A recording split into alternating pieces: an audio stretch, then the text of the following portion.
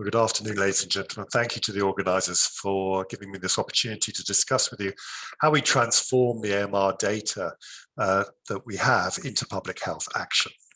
I have no conflicts of interest to declare. So surveillance can be used to transform public health action in a number of ways. I've just given 4 examples here that are often used. Firstly, it can guide immediate action, and that's a very powerful use of data. An example would be the acute flaccid paralysis surveillance program, which detects wild polio and gets immediate action on that. Secondly, it can be used to support early detection and response mechanisms. And for example, a gonococcal surveillance project in the US that guides the structured treatment guidelines in that country and the prevention priorities. We can use AMR, we can use surveillance data to detect changes in health practices and their effects. The Swedish antimicrobial resistance program uses repeated point prevalence surveys to determine guideline compliance and then affect change. And also one can use surveillance to prioritize allocation of health resources, such as is used in many of the national programs of immunization. Now, it's well known to this group that the challenges of transforming AMR data into action is that we're dealing with a short deck of cards. We are only seeing the tip of the iceberg in terms of surveillance, and that's largely because surveillance focuses on the public sector. Its surveillance, focuses on hospitals, and it focuses, unfortunately, on humans. And we know that there is this massive disconnect, a disequilibrium between the data that we have for humans versus that we have for animals and the environment. And really in a quintessential One Health public crisis, if we're really going to use data to transform public health interventions, that needs to be across the board. However, for the purpose of this talk, I am going to concentrate on human data, and I am going to concentrate on antibiotic resistance rather than consumption or quality. Now, the type of data needs to be relevant to what we're trying to influence and who we're trying to influence. So are we looking at resistance, consumption, or quality? Are we trying to influence stewardship guidelines, the modelers or drug discoverers? And who do we really want to influence? The policymakers, the grassroots people on the ground, the clinicians, or civil society?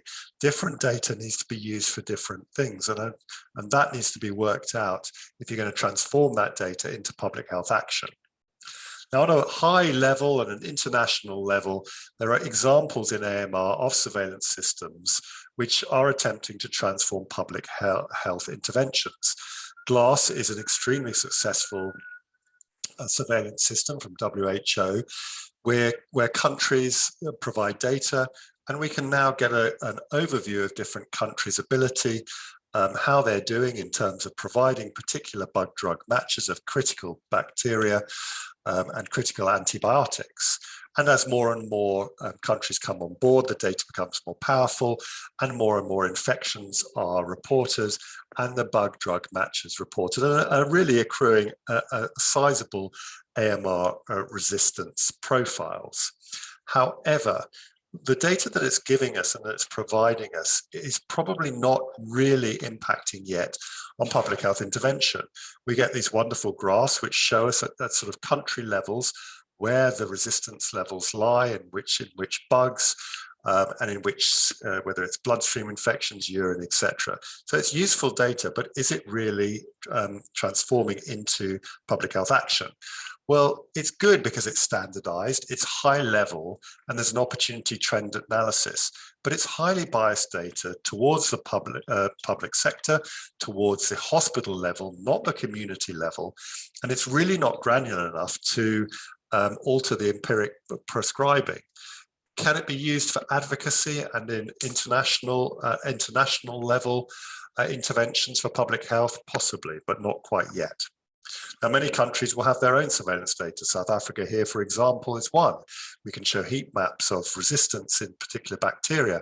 And again, that's very good for garnering the attention of governments, but very poor and not really useful data, particularly for civil society, the public, or particularly for practitioners and prescribers who need facility level data in the hospitals. And this is available in some countries, but is unlikely to be available from rural hospitals, particularly in low middle income countries, and from many low income countries at all.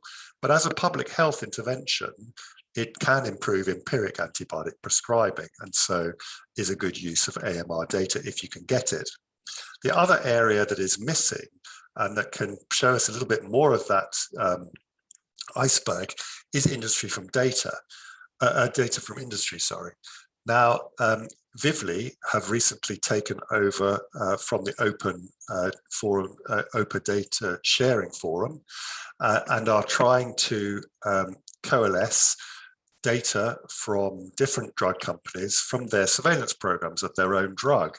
The best known is probably Pfizer, but there are a number of other companies that have been actively surveying for many years and will give us data which will help to give us a better picture and therefore tailor our public health interventions. So these are some of the challenges, but what about the opportunities? I really like this saying, because it really does tell us that even though it looks really complex and insoluble, there are breathtaking opportunities, and we need to learn from some of our recent experiences what those opportunities may be. The first is to learn from COVID. The surveillance systems during COVID have provided real-time data, a real-time viewpoint of what's happening, and that's a powerful inducer for public health interventions and change. AMR is bedeviled by the fact that we've really been looking at model data, which gives us an idea of what will happen in 2050, 10 million new deaths. That doesn't garner public health change. What garners public health change is real-time data. Dashboards like the Johns Hopkins dashboard has helped us with that. It's powerful data to transform into public health interventions, to improve masking, social distancing, reducing the indoor activities, and really thinking about how you can prevent. Equally, death is a really important set of data that can really garner people into action. And in most countries, we know that the excess deaths show that COVID has had a far greater death toll than what the general statistics would show just from those who we know the SARS-CoV-2 PCR results. So again, this is important data and potentially can drive public health interventions. If you can do it for COVID, you can do it for drug-resistant infections. This has been done in the Western Cape province of South Africa by the department's Health Data Information Centre, which has developed dashboards for TB, and not only TB, but for drug-resistant TB. So it can tell us the number of tests, the percentage resistance, the number of cases, and the number of deaths. Again, important data to show people and to be able to advocate for increased public health interventions. But we also need to learn to think outside the box. Where can we find new and important data, and how can that data show us the path to what sort of public health interventions are necessary? Well, ProMed has been really instrumental in providing informal surveillance data, which has brought to light emerging and re-emerging disease epidemics. It was critical in Ebola, in SARS, the first SARS in 2002, and in SARS-CoV-2.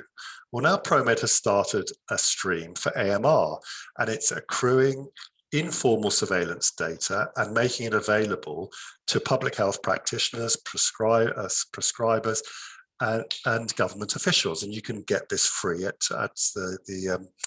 the website shown in the bottom right-hand corner. This is important data and could be used to help drive specific interventions where they're needed. We've also learned to potentially use new sources of surveillance data, and wastewater and sewage, particularly, but in wastewater and COVID, this has been instrumental in changing public health intervention, in driving public health interventions. And many countries have used this. This again is South Africa, the Western Cape province. Each circle is a site of surveillance. And in the bottom, it shows the viral load of SARS-CoV-2 relevant to that specific area. Now, it drives change because the surveillance, the viral load of SARS-CoV-2 in the wastewater predates the increase in the cases in that community. So it's a silent community transmission marker. And if you can see that in the particular, you can identify hotspots, you can identify public health interventions. Now, could this be used in a similar way in AMR? Well, there have already been studies using waste urban sewage. And this is a fascinating study in 79 different sites in 60 countries, which showed that in Africa, there was the highest rate of antimicrobial resistance per sample, as opposed to in Oceania, a very developed area, where there was very low AMR.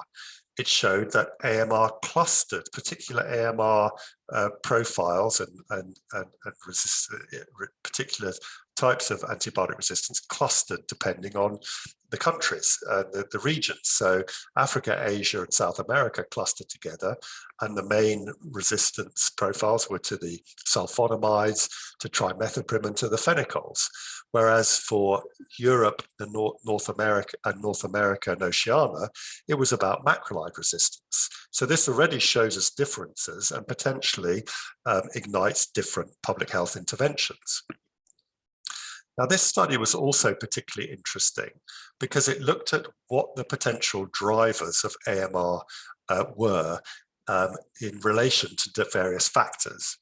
So when you looked at antibiotics to a particular antibiotic, class level antibiotic use to AMR, it showed that there was a positive relationship. So the more antibiotic used, specific antibiotic, the more resistance to that antibiotic occurred.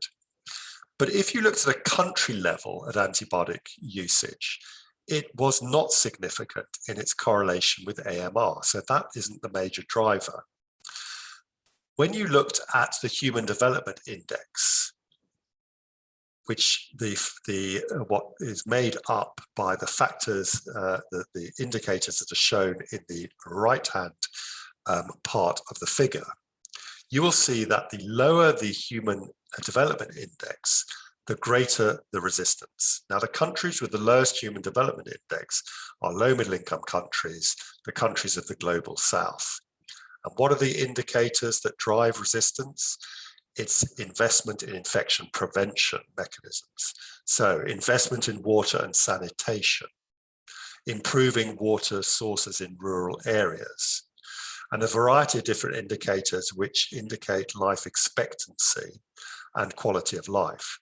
So in the global south, what's driving AMR from this data is not antibiotic use per se, and therefore we don't need more antibiotics. What we need is improvements in infection prevention. Now, that is not to say that at an individual level, access to antibiotics is not important. What this data is suggesting to us is that we need to use it to drive public health interventions and infection prevention for the global south. Now, this was in keeping with other data that we've seen. And this is very interesting data, looking at the differences between high and basically and low middle income countries.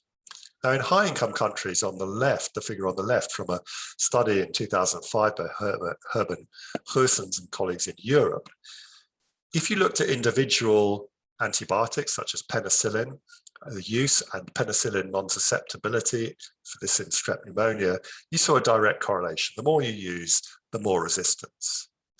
Now the paper from Collingen and colleagues, looking at anthropological and socioeconomic factors which affect global antibiotic resistance, that direct correlation was lost.